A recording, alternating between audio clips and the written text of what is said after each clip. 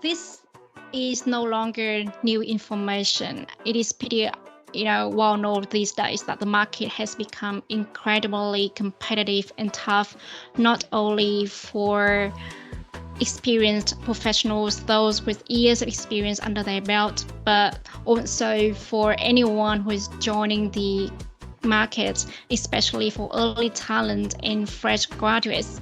So with that, what advice would you give early talent or fresh graduates who are trying to break into the professional world and find their first professional job? Okay, so for the so the hiring for the fresh graduate or fresh talent is kind of different than the experienced professionals. One thing that fresh graduates or early talent should keep in mind is that when they're fresh out of the college or the university and they're applying for a job, the person who's interviewing them has been through that stage. So they know what it is like to be out of the college, the kind of knowledge or exposure that you have, and what type of challenges you're facing. So when you're in the college and or the university and you graduate, obviously you don't have that much of a professional understanding of how things work. Like you'll have basic understanding, but you won't be at that level. So you need to stand out in the crowd and you need to portray it. So how do you portray it is that your interview or your communication should not just be linked to your field.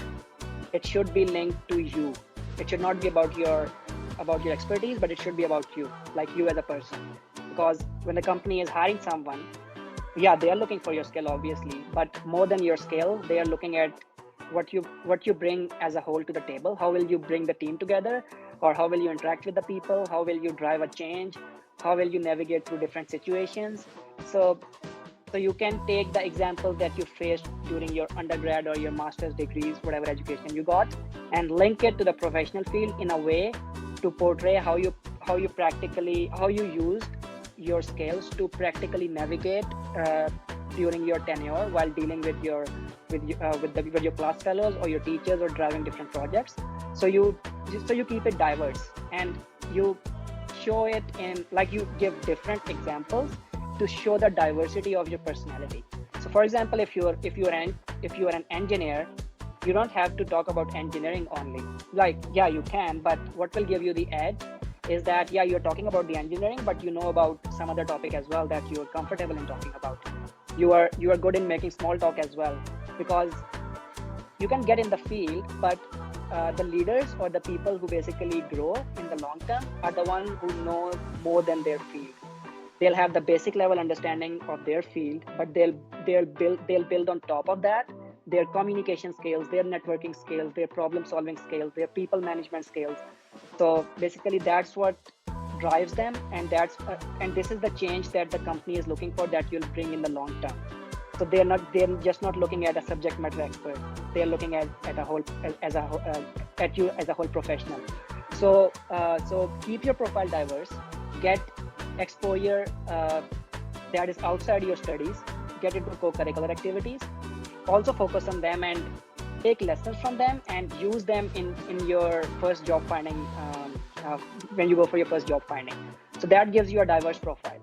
So when they see a diverse profile candidate, they look at him as a future leader. That's how the organization see it.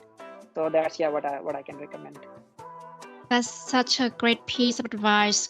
I'm totally with you on that. It's very important for us, for early talent or fresh graduates, to enrich your experience. And when we talk about experience, sometimes we think it has to be a professional job, it has to be work experience, but it can actually an university project, like a volunteering activity or an extracurricular activity at school that you are participating in order to build your skills and expand your experience. So this is such a great piece of advice here. So early talent and fresh graduates, please take note and please do expose yourself to as much activities and experiences as possible, because those will eventually pay off for your professional developments. Okay, that's great. Now we are going to move to the Q&A session in a couple of minutes. But before that, I would like to ask you one more question coming from myself, which is also my favorite questions today. If you got to go back in time, to meet your younger self who was making his first steps into the professional world, what advice would you give him? So for me personally, the advice that I'll give myself is that when I was a student, I just looked at things from an academic and non-academic perspective. I was just like, okay, this is the formula, this is the study, this is the field, so you need to know this. You need to have an understanding of this formula, this concept, and this thing. But that is not entirely true. What I found in life professionally is that more than the academic part of it, is the non-academic part that plays a role in your growth and your exposure and your expertise in the long term. So I'll say I was quite narrow-minded. So I would have told myself to broaden your horizon. Look at not just your field, look at other aspects of it as well. Look at the people part of it as well. Look at the team part of it as well. Look at it collectively, because that collectiveness is what drives growth, and that helps you in the longer run. Yeah, if that helps, if you get what I say. For sure, that sounds really sweet. So give yourself the opportunity to explore as much as you can when you are young, and don't limit yourself to what you get to study at university or at school. So give yourself the exposure, and the more you expose yourself, the more you know what is there for you and what is right for you, right? That's beautiful.